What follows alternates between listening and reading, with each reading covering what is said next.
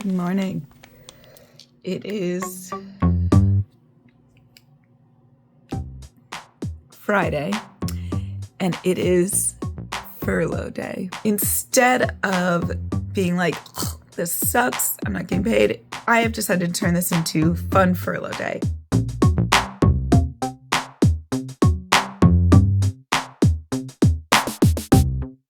Last time on Dear Sketchbook.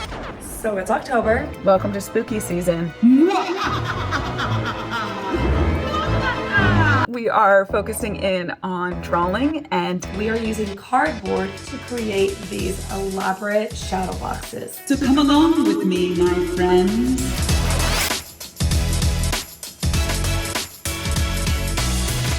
Hi, I'm Jablecki, and I am a middle school art teacher in Maryland. I'm Keisha Morales, and I'm an elementary art teacher here in Texas. And welcome to Art of Education, Dear Sketchbook, An art teacher vlog where we share the ins and outs of art teacher life. with fun and helpful tips and tricks along the way. It is November, and And we are fully, deeply in the art teacher trenches. we are in full swing here in the art room. We're working on introducing 3D art. We are working on Some amazing sculpture projects. just so many things on the docket, things that we're trying to get through before the holidays and breaks come into play. So cozy up, because we've got lots of fun things that we are going to be doing.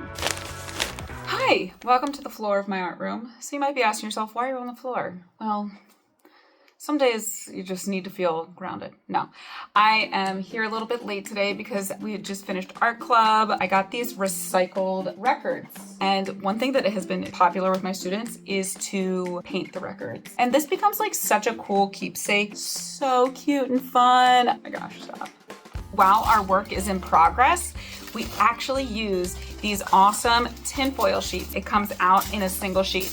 Okay, there's none of the like scary teeth things that they're all gonna cut each other on and cut themselves on, and oh my god, none of that. This keeps their paint fresh for multiple days. They put their name. You can walk over, you grab your palette, you get to work. It's actually really streamlined. It has saved me so much brain power. I actually don't ask them to clean the palettes. Just let the paint dry. I just let them peel it off the plastic, and then I get an even clean.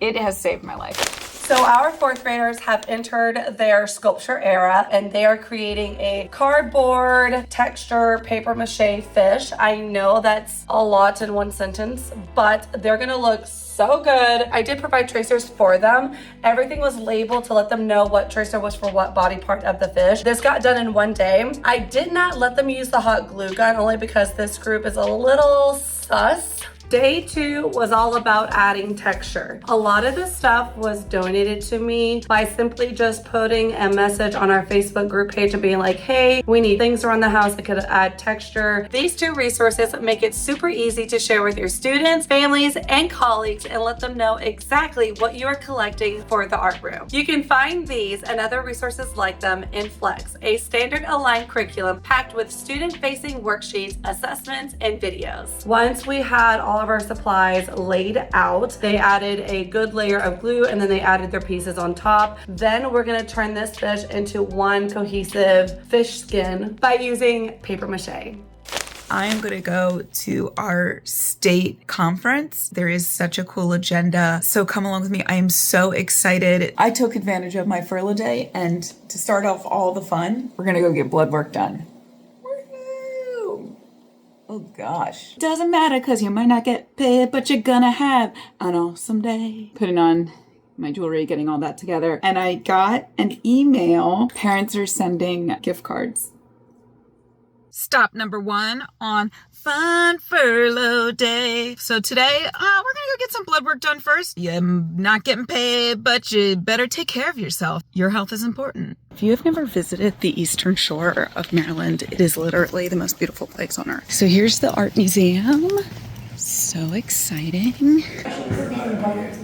Fun Furlough Friday. We might not be getting paid, but we're having a good day. So we're about to do some papier-mâché with 4th grade. I'm gonna show you tips and hacks for not only saving time, but also being very resourceful with your supplies. And that is when you grab glue and put a little bit of watered down white paint, put the 2 together, and you have some paper mache magic. So I have this empty glue bottle. I'm only gonna fill it up to like here without spilling, hopefully. Then I'm gonna take my watered down white paint, house paint, acrylic paint, tempera paint, just anything that I had in the closet that was about to go old or smell bad. No judging here, okay? No judgment. Then I'm gonna take this, pour it into my glue bottle and kind of just almost double it. But we're gonna give this a little mix. Mixy.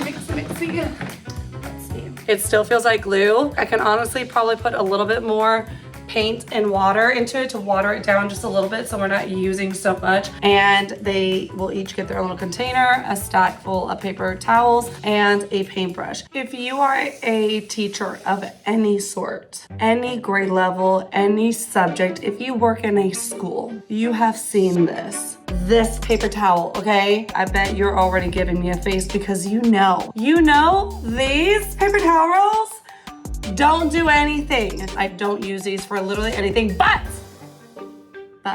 for paper macheing. Using in the classroom, bathroom, no, absolutely not. You can tell that I've already cut a slit into it using my box cutter to get some sheets of paper towels, and then I take it to my paper cutter and I create little strips. These are phenomenal for paper mache. We know teachers aren't using these, they're not. So you know your custodians have a supply amount of this type of paper towel in their closets. Hey, I need a roll of paper towels, masterpieces. I got my school pictures back. Now, I, every year, like to do something funny in my school pictures. I use my school pictures as my bathroom passes. These are my new school pictures. So we're doing something called breakthrough art, where I want their art to break through the plane of the frame. This student has sculpted fingers that are gonna come out of this like box frame situation. We're going through paper mache to make their frame. And so this girl is making an eyeball frame, and then she wants, this is her portrait. And so her 3 heads are gonna go inside of here. So we're looking at 2 different artists. Tanya is a fabulous portrait artist. So she has the Good Luck series where she paints on the glass of the frame and then will smash the glass and reposition the glass. So this is all 3-dimensional, the tongue. So the other artist that I like to show them is Andrew Scott. You're seeing all of these really cool frame experiments where the subject in the picture is interacting in some way with the frame. These are works that are things that they can do. They have so much fun. With my 6th grade, we are really focusing in on the introduction of portraiture. We're using the grid to draw our portrait, and then we are then using the grid and gonna cover up our grid to create a black and white woven portrait. They're gonna do 2 portraits, one that's in color and then one that's in black and white. They take their portrait and we're gonna weave them together, and that portraiture can be really creative. So with my adaptive class, we started off with gel printing, which is just so fun. And then we're fracturing it out into different shapes. And they are very, very successful with using charcoal. So we use charcoal pencils for that. A lot of times my students will struggle with what to do in the background. So this is actually breaking up that space for us and giving them an opportunity to kind of explore the background. Unfortunately, there are so many things that I wish I knew as a first-year teacher. Number 1 will have to be how much prep time really matters. Number 2 is the power of flexibility. We know sometimes things don't go as planned or as expected. Let it go, move on, and just plan to be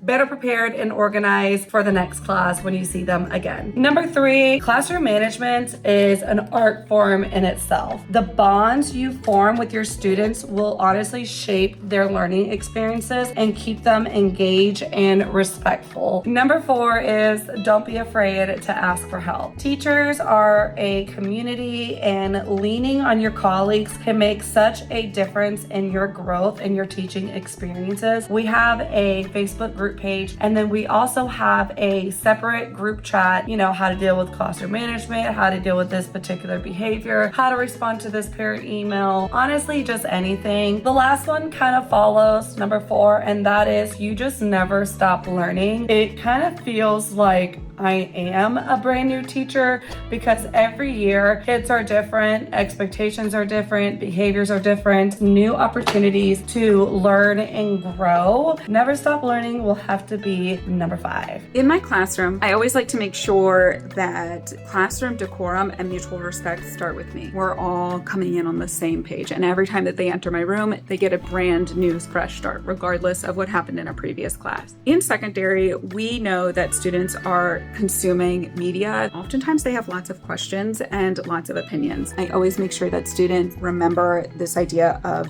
think before things come out of our mouth or they go down on paper, to make sure that we are thinking before we are speaking and acting and drawing. Besides having up visuals, I like to make sure that they're entering into a really calm space, keeping a lot of natural light coming in the room, and that we're going to keep peace in here as well. One of the other things that I do here at school is that I am actually the chair of one of our committees called School Climate. Here at our school, what we plan is having a lesson. It's a school-wide theme, so in the month of November, we do something that has to do with teamwork. And then we have students that we will nominate who we think really exemplify that character trait. At the end of the month, we have an all-school event that will create fun, sense of community. So this month we're actually planning, it's called the Turkey Bowl. This is our 3rd year doing it, and it is a flag football match. Our 8th grade team plays our staff. It's always very fun, creating the sense of kindness and community. Do yourself a favor and check this out. I love this article about how students are able to learn to talk to each other again. This is so fantastic because art does have a way of connecting us. This is going to give you some great approaches into your room. I'm crazy because we are going from paper clay, papier-mâché, cardboard projects, hot glue, plaster, all the things in one day.